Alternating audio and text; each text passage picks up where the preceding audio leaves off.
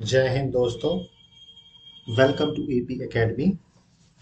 आज हम लोग चैप्टर नंबर 14 करने वाले हैं, हमारा साइंस का क्लास 6 की बुक का एनसीईआरटी का, जो कि चैप्टर नंबर 14 है वाटर।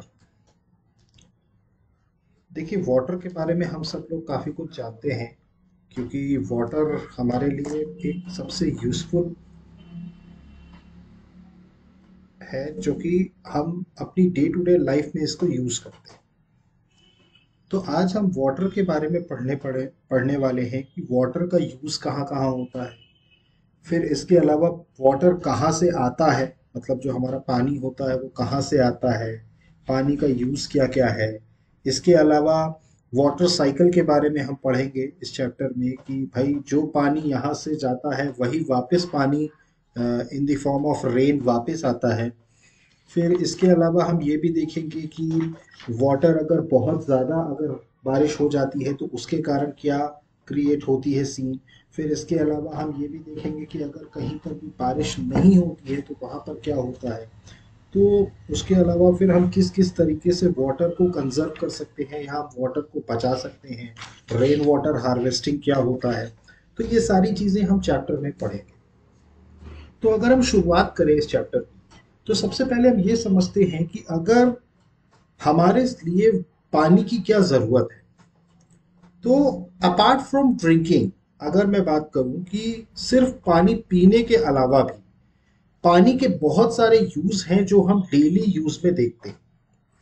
जैसे अगर हम अपने घरों में देखें तो सबसे पहले अगर मैं अपने पर्टिकुलरली हाउस होल्ड की बात करूं तो वहां पर भी पानी का बहुत सारा यूज़ होता है। जैसे ड्रिंकिंग के अलावा, जैसे अगर आप कहें तो पानी पीने के अलावा जो आप सुबह सुबह ब्रश करते हैं उसमें भी आप वाटर का इस्तेमाल करते हैं। फिर इसके अलावा आप जो नहाते हैं वो भी आप वाटर का इस्तेमाल करते हैं। फिर आपके घरों में जो बर्तन धुलते हैं वो भी पानी का इस्तेमाल करके धुले जाते हैं, या फिर कपड़े धुले जाते हैं तो वो भी वाटर का यूज़ किया जाता है। फिर इवन टॉयलेट्स में भी आप देखें तो आप टॉयलेट्स में भी वाटर का यूज़ करते हैं। फिर अगर आपको अपनी ज़मीन, आपके यहाँ भी झाड़ू पोछा वगैरह लगता है तो उसमें भी क्लीनिंग के लिए, फ्लोर्स की क्लीनिंग के लिए भी वाटर की ज़रूरत होती है। तो मतलब एक तरीके से देखा जाए तो हमारे पर्सनल हाउस होल्ड में भी वाटर का इस्तेमाल पर डे बहुत ज़्यादा होता है। मैंने आपको बताया कहाँ कहाँ यूज़ होता है वाटर का। तो ये सारी नंबर ऑफ एक्टिविटीज़ हैं जो अगर आप चाहें तो आप खुद भी एस्टिमेट कर सकते हैं कि भाई आपकी फैमिली में या आपके घरों में पानी का कितना इस्तेमाल हो रहा है एक दिन में। आप चाहें तो इसको एस्टिमेट कर सकते हैं टेबल के ज़रिए। आप एक एक्टिविटी करिए, ये भी एक अच्छी एक्टिविटी है कि भाई ड्रिंकिंग में कितना पानी यूज़ हो रहा है, फिर ब्रशिंग में कितना पानी यूज़ हो रहा है, बाथिंग में कितना पानी यूज़ हो रहा है। तो ये सारी एक्टिविटीज़ में कितना कितना अमाउंट ऑफ वाटर यूज़ हो रहा है। अब इसके अलावा भी पानी का यूज़ और कहाँ कहाँ है। ये तो चलिए हाउस होल्ड की बात हो गई कि हमारे जो घरों में पानी का इस्तेमाल होता है। इसके अलावा अगर आप देखें तो हमारे यहाँ जो एग्रीकल्चर है, मतलब जो खेती किसानी है, जैसे अगर मैं बात करूँ एग्रीकल्चर की, तो एग्रीकल्चर में भी पानी का यूज़ बहुत ज़्यादा होता है। तो जो खेत खलिहानों में हम जो पानी का इस्तेमाल करते हैं जिसको हम इरिगेशन कहते हैं, क्योंकि जैसे चावल बोना है या गेहूं बोना है तो इन सारे के लिए भी पानी की रिक्वायरमेंट बहुत ज़्यादा होती है। तो उसमें भी पानी का इस्तेमाल किया जाता है। फिर इसके अलावा इंडस्ट्रीज में भी पानी का इस्तेमाल होता है, क्योंकि कोई भी इंडस्ट्री है वहां पर भी पानी का इस्तेमाल किया जाता है। तो पानी का इस्तेमाल कई जगह पे किया जाता है। फिर अगर हम बात करें तो जो हमारे पावर प्लांट्स होते हैं जहां पर हम बिजली का उत्पादन करते हैं, आपने देखा होगा जितने भी हाइड्रो पावर प्लांट्स होते हैं वहां पर पानी का ही इस्तेमाल होता है। पानी के से ही बिजली बनाई जाती है। तो पानी का जो रिक्वायरमेंट है अगर हम देखें तो पानी कई जगहों पे यूज होता है। एग्रीकल्चर में है, पावर प्लांट्स में है, इंडस्ट्रीज में है, और इसके अलावा हमारे हाउस होल्ड्स में भी इसका इस्तेमाल होता है। अब बेसिकली ये पानी हमें मिलता कहाँ से। अब अगर मैं टिपिकली पूछूं कि पानी कहाँ से मिलता है तो एक छोटा बच्चा मुझसे ये कहेगा कि हम नल खोलते हैं और पानी आ जाता है। बट वो नल में पानी कहाँ से आया। तो एक्चुअल में हमारे यहाँ जो भी पानी आता है वो बेसिकली या तो रिवर से आता है, नदी से आता है, या तालाब से आता है, पॉन्ड से आता है।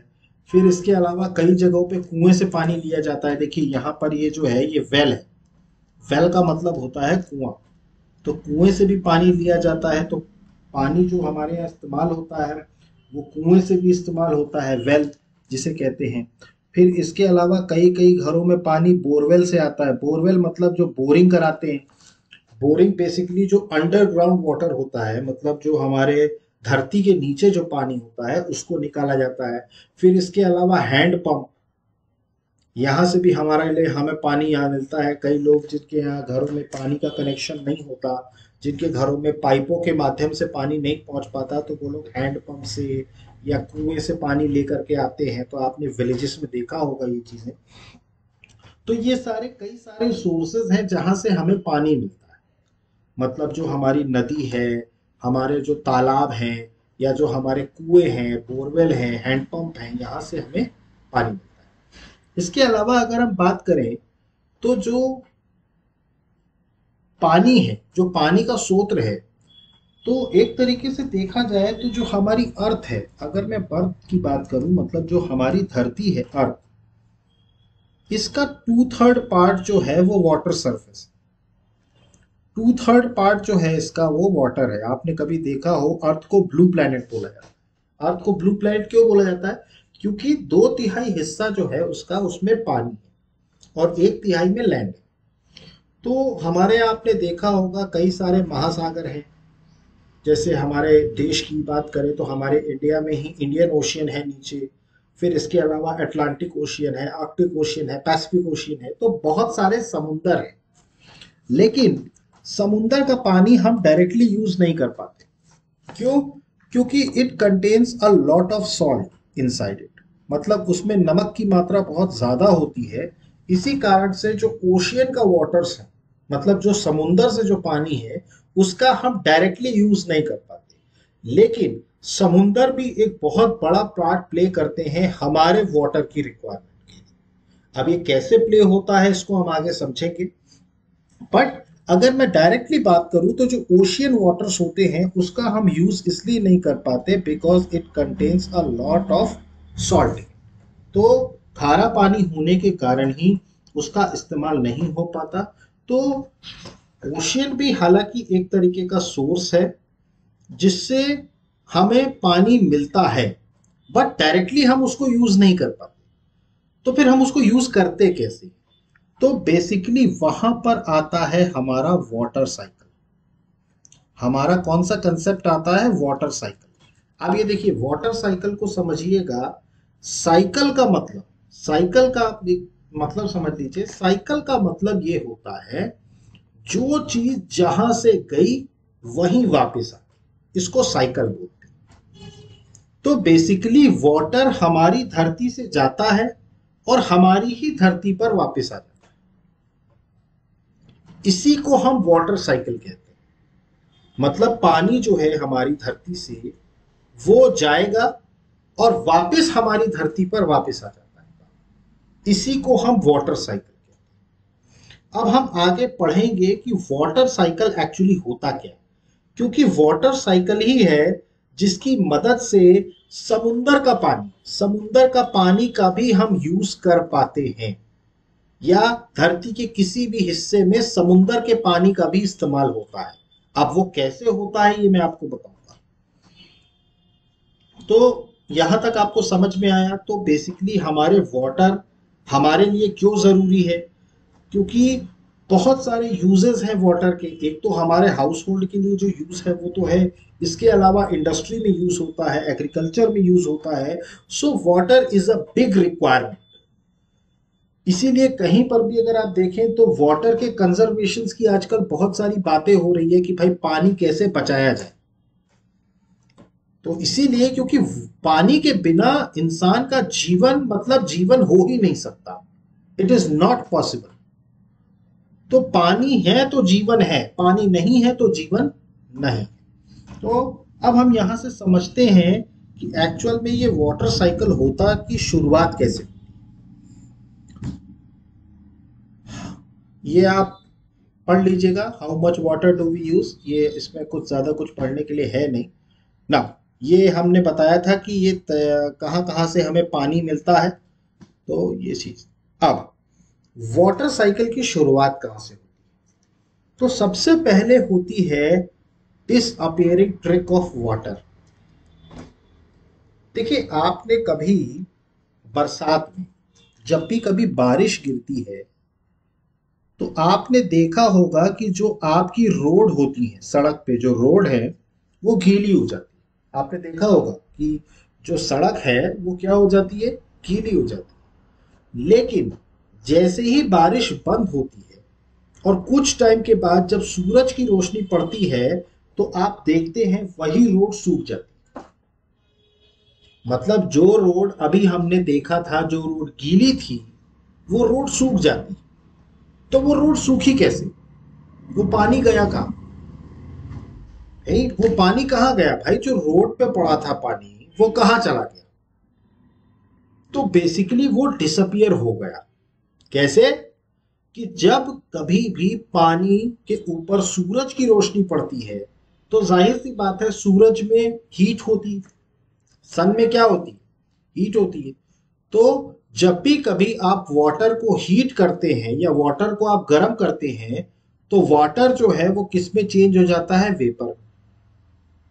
आप घरों में जो पानी उबालते हैं तो उससे क्या होता है, आप उबालते रहिए पानी को। एक टाइम आप एक काम करिए, एक पतीला लीजिए, ठीक, एक पतीले में आप पानी भरिए और पानी भर के गैस ऑन करके उसको चालू रखिए। थोड़े टाइम के बाद आप देखेंगे पतीला का पूरा पानी उड़ चुका होगा। तो वो कहाँ उड़ गया? वो किसी किस में कन्वर्ट हो गया, वेपर। क्योंकि जब भी कभी आप वाटर को हीट करते हैं तो वो वेपर में कन्वर्ट हो जाता है।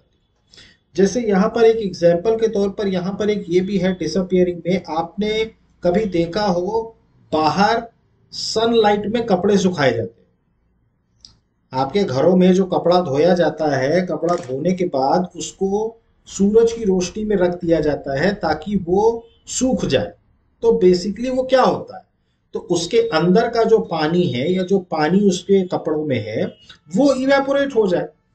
इवेपोरेट हो जाएगा तो वो वेपर में कन्वर्ट हो जाएगा। तो उससे क्या होगा, कपड़ा जो होगा वो ड्राई हो जाएगा। इसीलिए आप देखिए कि जब कभी आपके घरों में कपड़े धुलते हैं तो पहले वो उसको सूरज की रोशनी में टांग दिया जाता है और थोड़ी देर बाद उतार लिया जाता है। क्यों? क्योंकि सूख गया कपड़ा। तो ये तरीके हैं जिसके जरिए पानी जो होता है वो हमारी धरती से वेपर के फॉर्म में बन के ऊपर जाता है। ऊपर मतलब आसमान। भाई पानी कहाँ गया? भाई जो रोड गीली हुई थी बारिश के कारण, वो पानी कहाँ चला गया? तो वो बेसिकली कहाँ जाता है, वो आसमान में जाता है। तो यहीं से वाटर साइकिल की शुरुआत होती है। मतलब कि वाटर साइकिल की शुरुआत बेसिकली इवेपोरेशन से होती है। इवेपोरेशन मतलब जो हमारे, अब समुंदर है, ठीक है, अब समुंदर में पानी भरा है, ओशियन में हमारे पानी भरा है, तो जाहिर सी बात है वहां पर भी सनलाइट पड़ती है। भाई सूरज की रोशनी पड़ती है हमारे समुंदर में भी।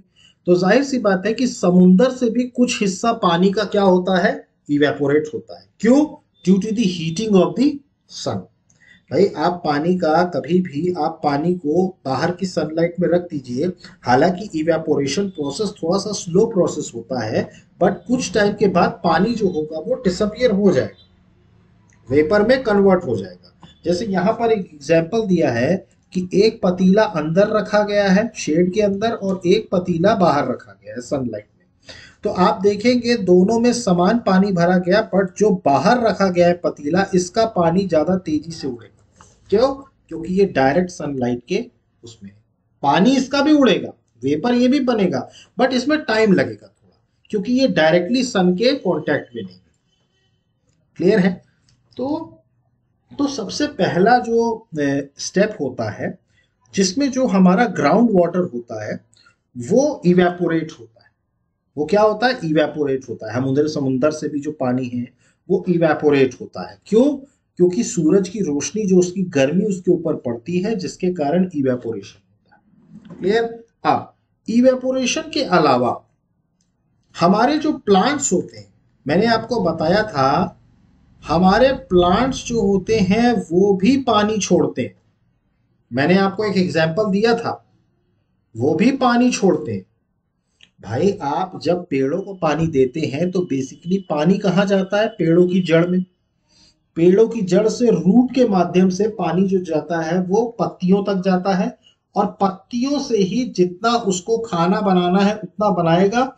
इसके अलावा बाकी जो पानी है वो पत्तियों के थ्रू वो क्या होता है, मतलब वो पानी डिसअपियर कर देता है। आपको याद होगा मैंने आपको एक प्रोसेस बताई थी, ट्रांसपिरेशन।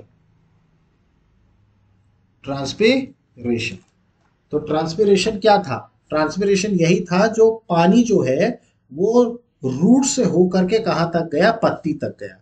और पत्ती में जा करके आपने को मैंने एक एग्जाम्पल भी दिया था कि आप एक पॉली बैग लीजिए, पॉलीथीन लीजिए, और पॉलीथीन से जो पेड़ की पत्ती है उसको बांध दीजिए।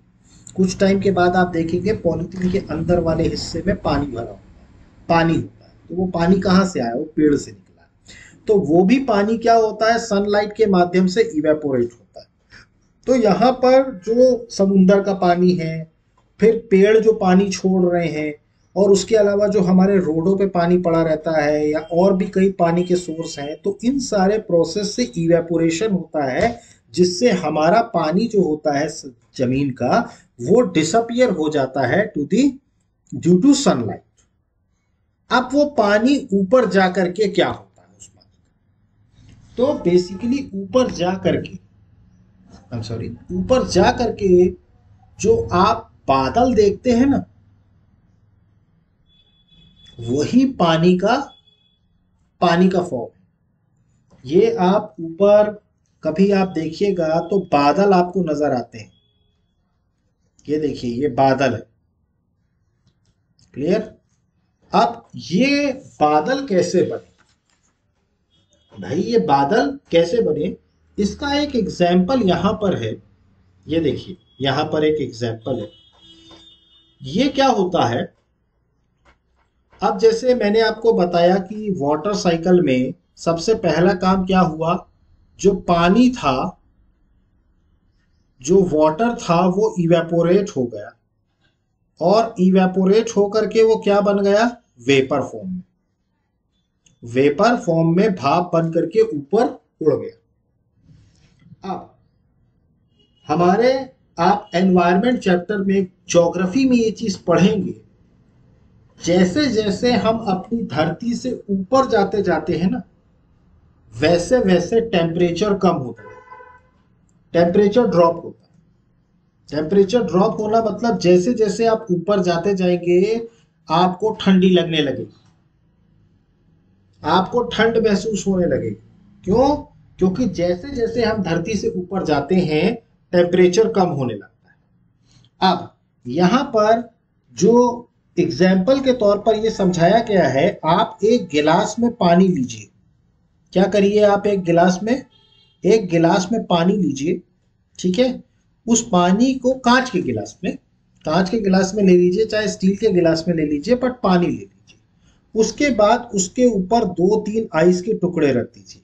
पानी में 2-3 आइस के टुकड़े डाल दीजिए। थोड़ी देर के बाद थोड़ी देर के बाद आप देखेंगे कि इस गिलास के आसपास यहां पर आपको पानी की परत नजर आएगी। आपको दिखाई देगा कि उस गिलास के आसपास पानी आ गया। अब वो पानी कहां से आ गया? वो पानी कैसे आया? क्योंकि यहां पर कंडेंसेशन हुआ है। क्या हुआ है? कंडेंसेशन। कंडेंसेशन मतलब इवेपोरेशन का उल्टा। कंडेंसेशन का मतलब होता है इवेपोरेशन का उल्टा। देखिए, वाटर वेपर में कब बनता है? जब हम वाटर को हीट करते हैं, वाटर को गर्म करते हैं, तो वो इवेपोरेट होकर के वेपर बन जाता है। लेकिन वही वेपर को जब ठंडा किया जाता है तो वो वापस वाटर बन जाता है। आप कभी करके देखिएगा, आप जो वेपर फॉर्म है उसको ठंडा करिएगा। कंडेंसेशन का मतलब ही होता है वेपर को लिक्विड फॉर्म में चेंज करना। जो गैसियस है उसको किस फॉर्म में चेंज करना? लिक्विड फॉर्म में चेंज करना।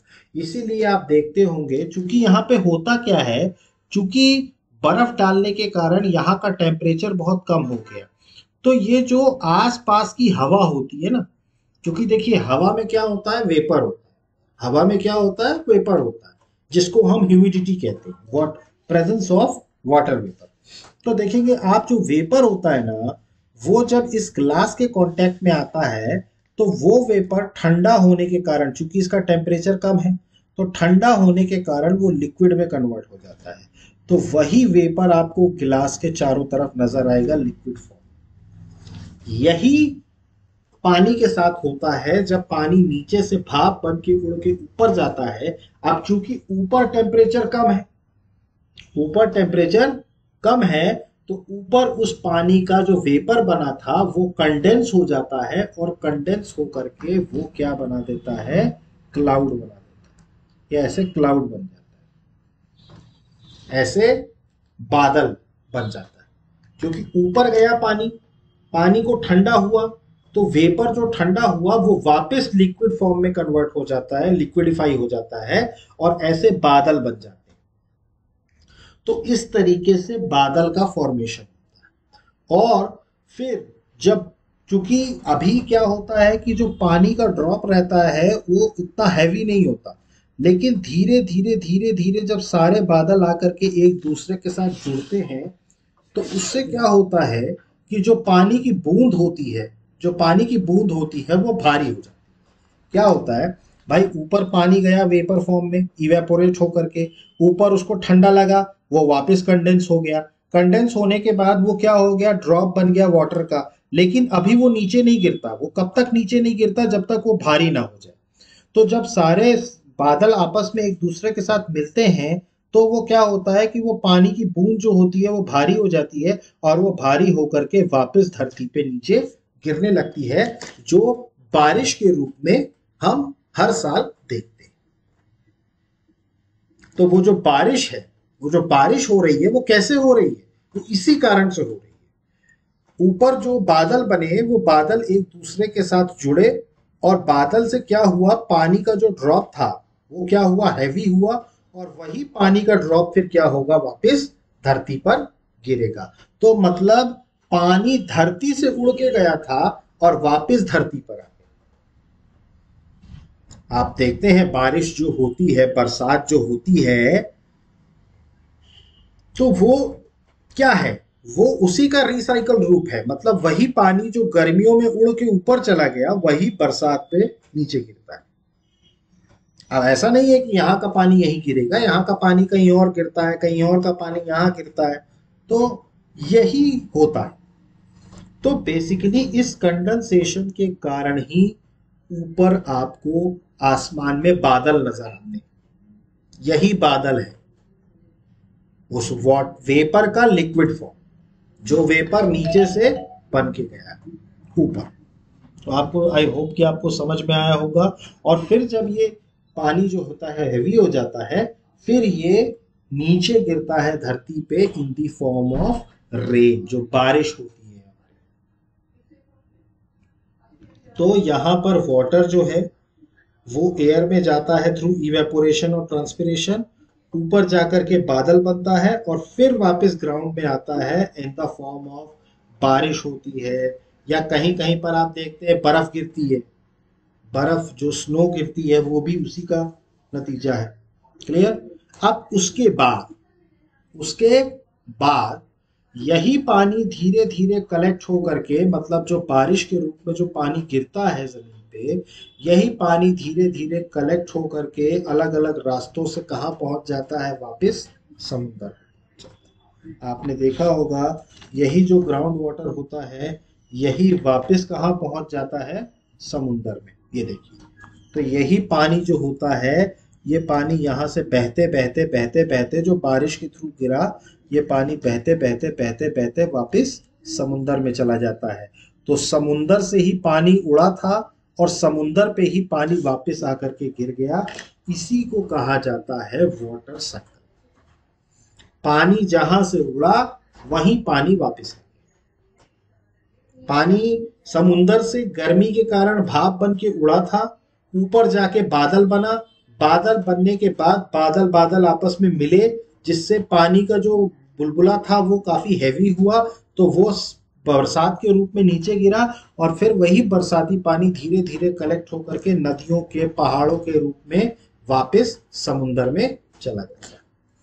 तो इस तरीके से हमारा पानी जहां से गया था वहीं वापस आ गया। अब इसमें होता क्या है कि बारिश में आपने देखा होगा सारा पानी ओशियन में नहीं जाता है, सारा पानी समुद्र में नहीं जाता है। कुछ पानी हमारा ग्राउंड ही, हमारा जो जमीन है वही ऑब्जर्व कर लेती, एब्जॉर्ब कर लेती। आपने कभी देखा हो हैंड पंप या फिर घरों में जो बोरिंग होती है, बोरवेल का इस्तेमाल करके हम पानी निकालते हैं, तो वो पानी आता कहां से? वो धरती के नीचे का पानी है जिसको हम ग्राउंड वाटर कहते हैं।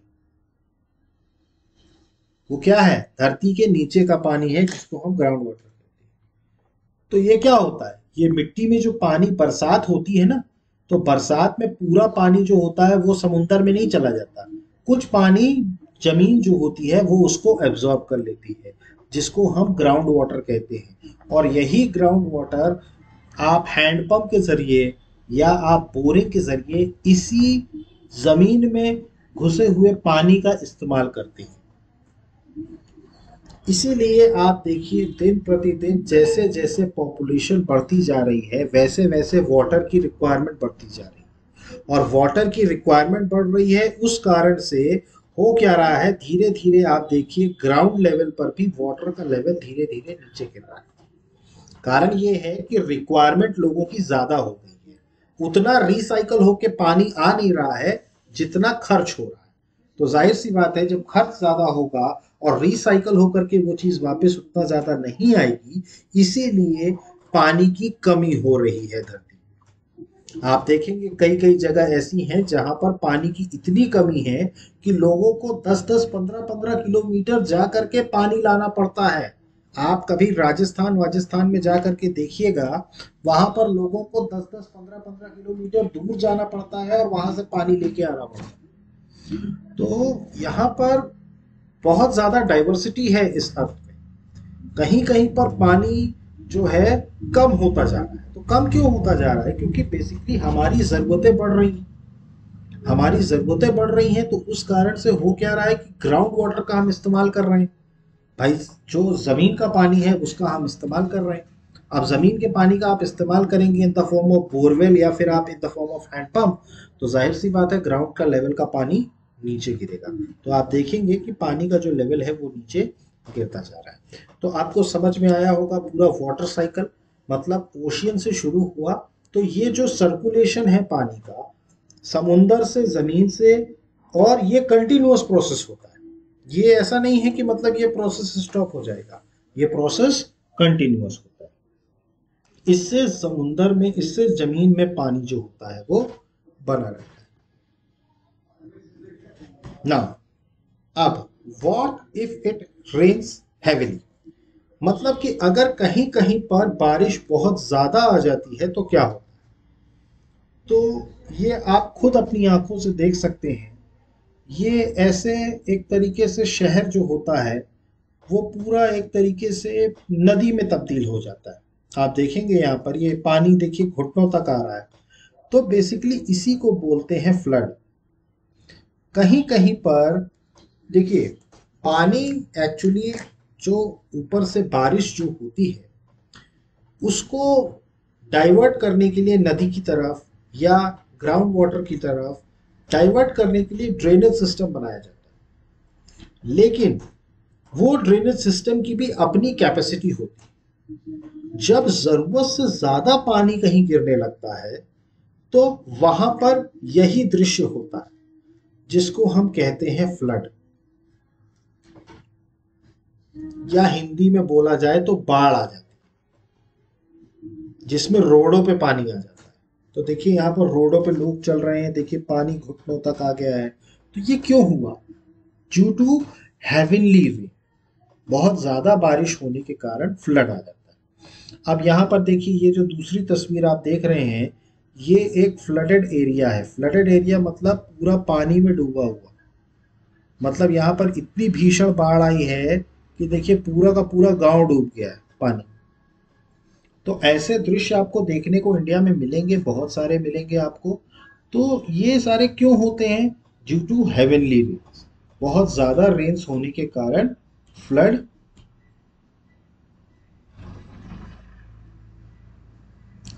आई होप कि आपको ये चीज़ समझ में आ रही होगी। तो इस टाइम पर क्या होता है कि बहुत सारे रेस्क्यू ऑपरेशंस चलाए जाते हैं, बहुत सारे की जाती हैं। अब इसी के उल्टा अगर हम बात करें, ये तो कंडीशन कब आती है? ये कंडीशन तब आती है जब पानी बहुत ज़्यादा गिर गया, rain it rains very heavenly. अब कहीं कहीं पर बिल्कुल पानी नहीं गिरता। आई होप कि आपको ये वाटर साइकिल आपको समझ में आ गया होगा पूरा। वाटर साइकिल जो है ये ग्राउंड वाटर का इस्तेमाल करते हैं, फिर प्रेसिपिटेशन मतलब वो बारिश में कन्वर्ट होता है। और ये पूरा वाटर साइकिल, ये देखिएगा डायग्राम देख लीजिएगा आप, मैंने यही पूरा वाटर साइकिल आपको समझाया है। ग्राउंड वाटर जो होता है ओशियन लेक्स या स्ट्रीम्स का, ये इवेपोरेशन के थ्रू उड़ जाता है, ये प्लांटों के थ्रू पानी उड़ जाता है, ये ऊपर कंडेंस हो जाता है, कंडेंस होने के बाद फिर वो नीचे गिरता है इन द फॉर्म ऑफ रेनफॉल। और ये पहाड़ों से फिर ये पानी नीचे गिर करके कहाँ आता है? नदियों में आता है। क्लियर? तो आपको समझ में आ गया होगा सारी चीज़ें। फिर मैंने आपको बताया था कि जब पानी बहुत ज़्यादा गिर गया तब तो बाढ़ आती है। लेकिन जब पानी नहीं गिरता, कहीं कहीं जगह ऐसी है जहाँ पर बहुत समय से पानी नहीं गिरता, जैसे पर्टिकुलरली आपको राजस्थान, राजस्थान में कई ऐसी प्लेसेस मिलेंगी जहाँ सालों साल पानी नहीं गिरता। तो वहां पर क्या पड़ जाता है? वहां पर पड़ जाता है सूखा। मतलब कि वहां पर लोगों का जीना मुश्किल हो जाता है। क्योंकि देखिए, पानी की जरूरत है, लेकिन जरूरत से ज्यादा पानी भी दुखदाई है और जरूरत से ज्यादा कम पानी भी दुखदाई है। मतलब कि एक नॉर्मल वो वाटर का वो होना चाहिए कि भाई एक सीमित दायरे में पानी गिरे। क्योंकि देखिए होता है, लोगों को भी वहां पर ना अनाज उग पाता है, लोगों को भी वहां पर बहुत दूर दूर से जा करके अपने घरों के लिए पीने का पानी लेने के लिए 10-10 किलोमीटर जाना पड़ता है। तो बेसिकली क्यों होता है? क्योंकि इन एरियाज में पानी नहीं गिरता। इन एरियाज में क्या होता है? पानी बहुत समय से नहीं गिरता है। तो कई सारे रीजंस हैं, इसीलिए पानी को कंजर्व करना बहुत जरूरी होता है। क्योंकि वाटर एक रिक्वायरमेंट है और बहुत इंपॉर्टेंट रिक्वायरमेंट है। तो और चूंकि पानी जो अवेलेबल है हमारी धरती पर, अगर मैं बात करूं, तो बहुत छोटा पार्ट पानी का अवेलेबल है जो एनिमल्स और प्लांट्स के यूज के लिए हो सकता है। क्योंकि समुंदर के पानी का हम इस्तेमाल नहीं कर पाते, क्योंकि समुंदर का पानी बहुत खारा होता है, तो उसका इस्तेमाल हम नहीं कर पाते। तो बेसिकली हमें इसीलिए पानी को बहुत कंजर्व करके रखना पड़ता है।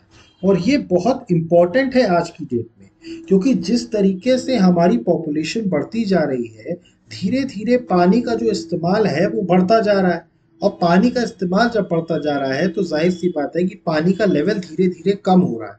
मैंने आपको बताया था, साइकिल तब मेंटेन रहेगी जब जितना उड़ रहा है उतना ही वापस गिरे। लेकिन यहाँ पर हो क्या रहा है कि खर्च ज्यादा हो रहा है, लेकिन पानी उतना मिल नहीं रहा है। तो उस कारण से पानी की कहीं कहीं शॉर्टेज है। तो उसके कई सारे तरीके हैं, ये यहाँ पे मैंने आपको फोटो में बताया है कि कई सारे तरीके हैं उसके, कि भाई आप पानी को किस तरीके से कंजर्व कर सकते हैं। जैसे कि अगर आप देखें, अगर आप घरों में शावर का इस्तेमाल करते हैं तो जल्दी से जल्दी मतलब शावर का इस्तेमाल कीजिए। फिर उसके अलावा आप जो टॉयलेट्स में जो पानी इस्तेमाल करते हैं वो कम से कम कीजिए। क्लियर? मतलब जो आप शावर लेते हैं वो भी कम समय के लिए लीजिए। क्लियर? उसके अलावा जो आप पानी जो डाल रहे हैं, ठीक है, तो वो भी क्या करिए आप, आउटडोर प्लांट्स का इस्तेमाल ज़्यादा करिए। ठीक है? तो उससे क्या होगा, पानी, फिर उसके बाद जो आप कपड़े धो रहे हैं उसमें आप कम पानी का इस्तेमाल करें। ऐसे आप energy savings washing machine use करें आप। तो बहुत सारे रीजंस हैं जिसके ज़रिए आप पानी को, घर के जितने भी नल हैं उसको प्रॉपर तरीके से बंद करें ताकि कहीं से पानी लीक ना करे। इसके अलावा जो होता है, बारिश के पानी को किस तरीके से कलेक्ट करके फ्यूचर यूज के लिए रखा जाता है, इसको बोला जाता है rain water harvesting. Rain water harvesting, देखिए पानी जब बरसात में गिरता है, ठीक है, तो वो पानी क्या होता है, आपके घरों से गिर करके वो सड़क पर जाता है, और सड़क से वो क्या होता है, इधर उधर कहीं चला जाता है, या फिर वो इवेपोरेट हो जाता है। तो बेसिकली हमें अगर उस पानी का इस्तेमाल करना है, बरसात के पानी का, तो उसके लिए क्या किया जाता है, रेन वाटर हार्वेस्टिंग का इस्तेमाल किया जाता है। और इसमें जो सबसे इंपॉर्टेंट टेक्निक होती है वो होती है रूफ टॉप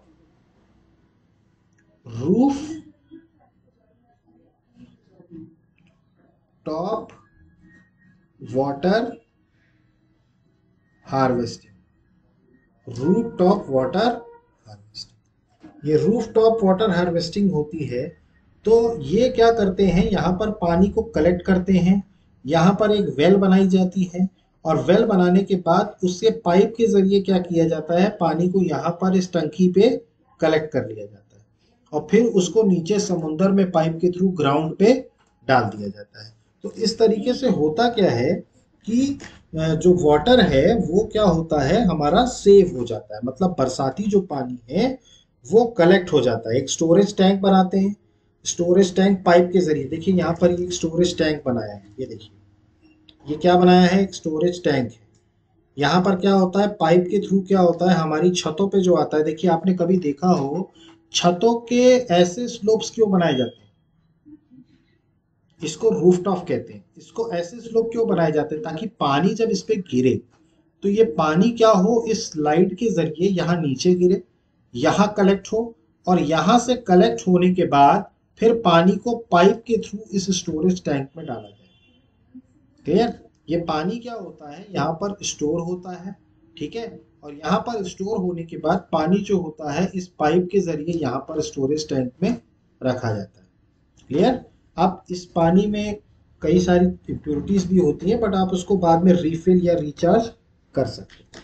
तो इस तरीके से आप वाटर जो बरसाती पानी है उसको आप सेव कर सकते हैं फॉर फ्यूचर यूज के। तो यहाँ पर आकर के हमारा वाटर चैप्टर खत्म होता है, चैप्टर नंबर 14। और आई होप कि आपको वाटर चैप्टर पूरी तरीके से समझ में आया होगा।